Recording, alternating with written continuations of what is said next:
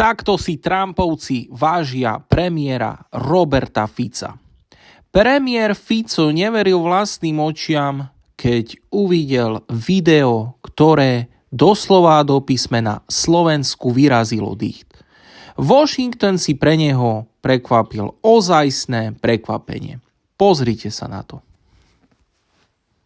Robert Fico, four-time Prime Minister of Slovakia, a small, proud country in the heart of Europe. In May last year, an opposition activist tried to assassinate him for his policies. For politics based on the ideals of fight against fascism. For wanting an immediate end to the war in Ukraine. For the return of common sense and the barrier against wokeness when he endorsed constitutional definition of marriage as the unique union of a man and a woman. For his grasp of reality when he vetoed the compulsory redistribution of illegal migrants among the European Union member states. For pursuing a sovereign Slovak foreign policy to all four cardinal points.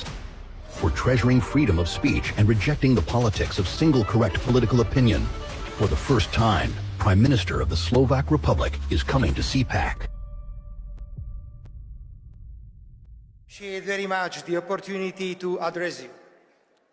I am the four-time Prime Minister of a small, proud country in the center of Europe, Slovakia. Ďakujem ti za sledovanie.